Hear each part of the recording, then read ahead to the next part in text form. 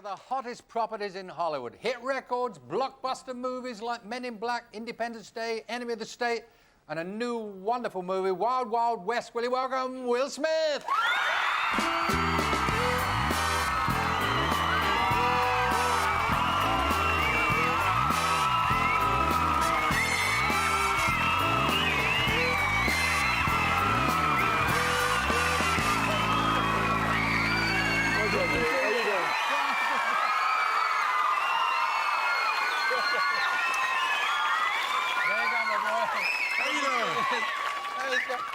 Well, hey! That look on, man, that's some... Now, that's something you do, I'm told, when you go into the studio sometimes. Not when the show's on, you just go in and scream. Yeah, no, absolutely. What does that do? It makes you feel good. Try it. Just one good time. Yeah, you feel good, I heard something. Hang on. Now we get to the movie Wild Wild West. We'll talk about that in a minute. Yep. Now I'm not going to run through the whole life and times of, but No, really, let's. you signed a You have a record. lot of pillows. Did you know Well, you could dump some. You know, throw a few out there, Will. Get rid of some ballast. Yeah, there's lots of pillows. Right, now, you will stay behind and write line. Now, you signed a record deal when you were just a kid, though, didn't you? Yeah, I was 16 years old. I signed my first record deal. It wasn't a good one. It wasn't a good one. That there was some shady character with a gun? Get you to sign? He wasn't saying that he was going to shoot us. No. You know, he wasn't saying that. He just had the meeting with the gun there. You know, let me just sit this here just in case. You know, but go on, sign your name.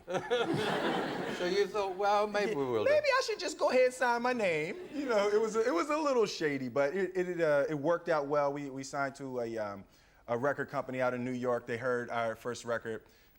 Girls Ain't Nothing But Trouble.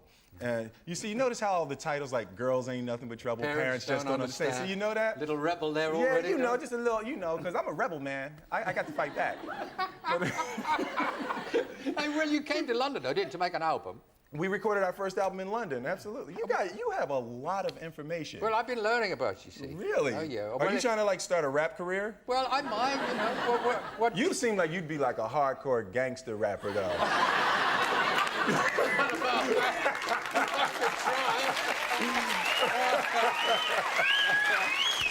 So when you came over that time in your career, because that wasn't Will Smith Big Star, that was Will Smith Wannabe. Yeah, Did right. you stay in some pokey little hotel? It wasn't Claridge's, I thought. No, it was a nice hotel when we first came. We stayed in the Holiday Inn Swiss Cottage, and then we stayed there. They're calling the Holiday Out now since you left.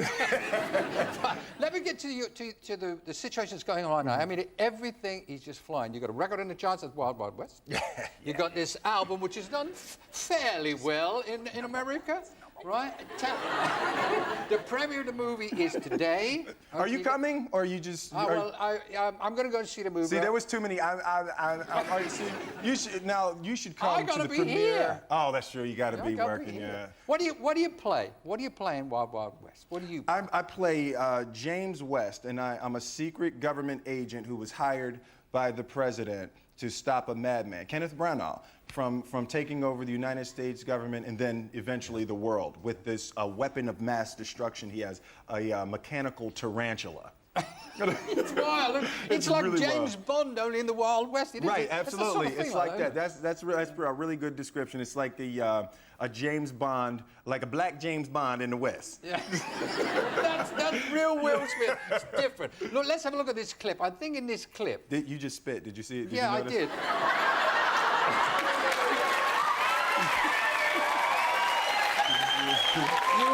I mean, because you look like you were just going to ignore it. You know, I was going to sign it for you and send it to your room.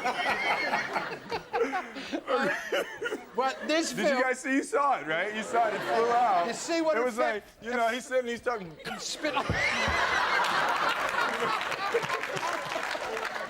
See what effect you have, Will. People just froth at the mouth. The thought of you. All right, let's go. Kevin Kline's in this movie Kevin as well, Kline. and he's in this scene here with you. Okay, you have a clip. We're going to have a quick look. He's the other guy. He's the one who's got the weird inventions, and you're the more hard talking, straight to let's go get him guy? Yeah, our relationship in the film is I'm like a man of action. James West is a man of action who often acts so quickly he doesn't have time to think. Whereas Kevin Kline plays Artemis Gordon, who is a thinking man, who often thinks so much that he forgets to act on his brilliant thoughts. And on this, he's been masquerading as a woman, right, to try and track this guy down, and you're telling him that it was rubbish. Yes, absolutely. Let's have a look at this. Let me tell you something about your beloved art of disguise, Gordon. That night at Fat Cans, it wasn't a difficult task to see that you weren't a woman. I was propositioned by 3 men. You looked nasty, just butt ugly. I mean, your breasts were hard and stiff and sticking out like a couple of rusty cannons on a sunken ship. These breasts are a work of art, aesthetically and scientifically perfect. Touch my breast. Just one. Touch one. You happy, Gordon? I'm touching your breast. I knew it. Wait. Squeeze it gently. Not that hard. Now you've shifted all the buckwheat around. Buckwheat? That's your problem. What are you doing?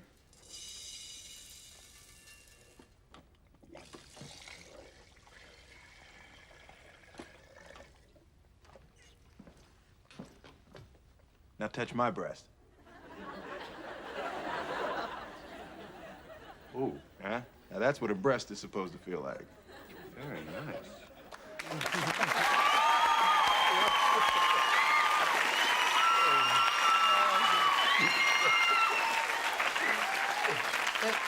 I wouldn't want people to get the idea this is not a family film.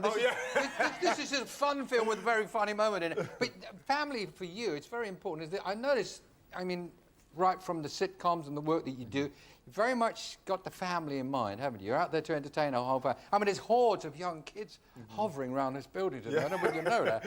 And I think a lot of that comes back from your upbringing and your discipline from your mum and your dad. They were good when they were saying, Absolutely. I mean, to me, it's always been really important to me to have family and to try to create work. Like with my records, I try to create records that parents can put it on in the car with their children and they can let it play all the way through and not have to worry about or cough here and there. Oh yeah, you know, try to cough them. You know, okay, no, oh, that was nothing, sweetie, that was nothing. You know, but to have work and to have things that the family can enjoy. And, you know, just that's fun. And this film is really directed at children, and there's big explosions and great mechanical gadgets and all of that. And it's fun. The reason I'm talking about the family aspect was that I know your dad was always, because your dad kept you away from all of the dangerous things around drugs and things like that. When right? I was growing up, I thought my father was like insane. My father was in the military, so you know, we had to put hospital corners on the bed and we had to roll our socks up and all of that. And, you know, Dad, I'll be home at 0700. You know, so, you know, so he was a very military, very strong. So, like, I never messed with drugs or anything like that because I thought he would literally kill me. You know, not like you saying, oh man, I'm gonna kill you. No, like for real. I thought he would kill me for real. Yeah, and what happened was peer pressure wasn't important to me. It's like when a friend said, oh man, you soft, you not smoking this marijuana, you soft. Like, hey, I will be soft, but I will be alive and soft. So you can go on about your business with it. Now you've got a son of your own, haven't you? I have 2 sons. Two sons? Absolutely, Yeah, a 6-year-old and a 1-year-old. Yeah. Oh man, you better watch me. I'll make them quick. So, are you passing on? Well, they're a bit early to give them that kind of information, but you're going to keep an eye on them and keep firm discipline on them? Oh, absolutely. You know, what They're I do. not going to have to put corners on the beds or anything like that. No, I'm not going to take it that far. But the thing is, like, you just act crazy. That's what I do with my kids. Like, you just act like you're crazy because that's all that you really have. See, my father actually really was crazy when we were growing up. So now I'll just every once in a while. It's great. I'm an actor. So when my son does something wrong, I go, what are you doing? Why are you doing that? You scared me then. Never mind. See, it worked, right? Now you're going to behave yourself for the rest of the interview, right? Hey, Will, is that right that you played golf with President Clinton? Yeah, I played golf with Clinton. I played golf with Tiger Woods. I played golf with Jesper Parnevik the other day. You know, so that's my thing. You probably do better against Clinton than you did against. Yeah, there's the other guys. Yeah. You know. All right, now you could be president. You said. You quote, if I complete it. If I made up my mind, Could, no, not could, would be president, Will, in 15 years? See, I'm glad you asked me that question, actually. You know, I feel that I possess the talent and the wherewithal that it takes to hold a public office. See, now, I'm going to give you a quick lesson, okay? Yeah. Now, pretend this is your audience, you know, your constituents, okay? Now, I want you to tell them that I will be president of the United States. Like, say it to them, but you have to point at the audience and tell them definitively, I will be the president of the United States. Like, try it. Is this me telling them Des is going to be president? I'm telling them. No, that Des is going to be. Okay. If you vote for me, all the things you wanted, all the things you believe in, will happen. Boo! No. I want the other guy. I don't know who it is, but I want to vote for the other guy. Come on, you got to be strong with it. You got to be strong. See, and the thing is, most people, when they point with their finger. That's a no-no. When you're president, you got to point with your thumb. I absolutely will be the president of the United States. See, it's strong. You see the fist? The fist is strong. You see that? Be the president. Good fist. And you do that on the words. I will absolutely be the president of the United States. Right, see? Right there.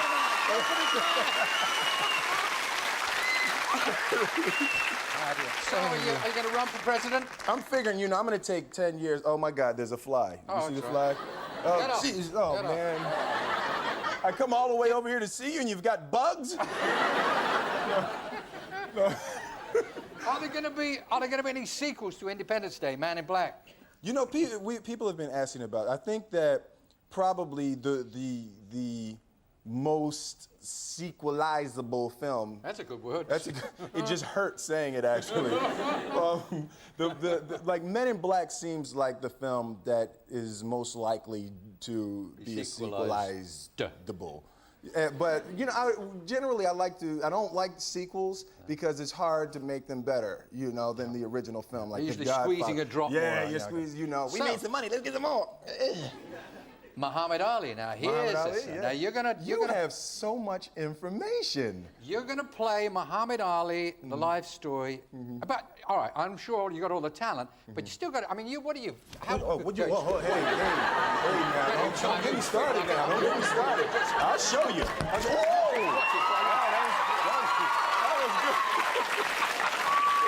was good.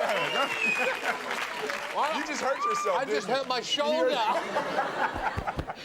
What I want to know is you see the weight. How much do you weigh? What do you weigh at the moment? Right now I'm probably right around 203, 204 but he was pounds. 240, he was 185 when he was younger. I would probably go down as Cassius Clay to play him around 18, 19 years old, and then go up to maybe 220, 218. And you got to, I mean, all right, we were clowning around, but you've got to know how to punch and you've got to take lessons and training, or have you done a bit of that over the years? I'll knock you out right now. Oh, I'm sure you will. And will you say, Mr. Smith, it's all right by me? Will you float like a butterfly? Will you sting like a bee? Absolutely. You know, the thing is, his life is so amazing, and I think that the younger children aren't aware of the things that he did in his life. He has a life and tests in his life of biblical proportions. Yeah. Amazing. It almost feels like you couldn't write it better than the way that it was lived. Did you meet Muhammad Ali? Yes, I met with Muhammad Ali probably about 6 months ago. Did he have approval over the guy that's going to play him? I assume they would have asked him. No, that was the thing. I went to him to see if he was behind the story, and he was really into it. And I sat down with him, and he looked at me. He said, "You almost pretty enough to play me." So that's the approval from the champ.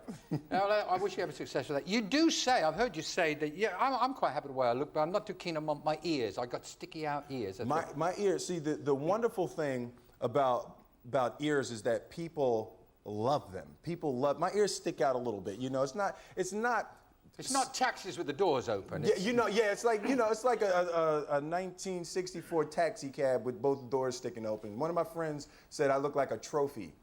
You know, with the handles. You know. But the thing about my ears is they're like a wonderful, wonderful aphrodisiac. Like, Really? Yeah, my ears really, really turn women on. Really? You know, I mean, feel it. Can I touch them? Cause see, now hold on. See, cause then you're gonna be calling me, you know, all the time.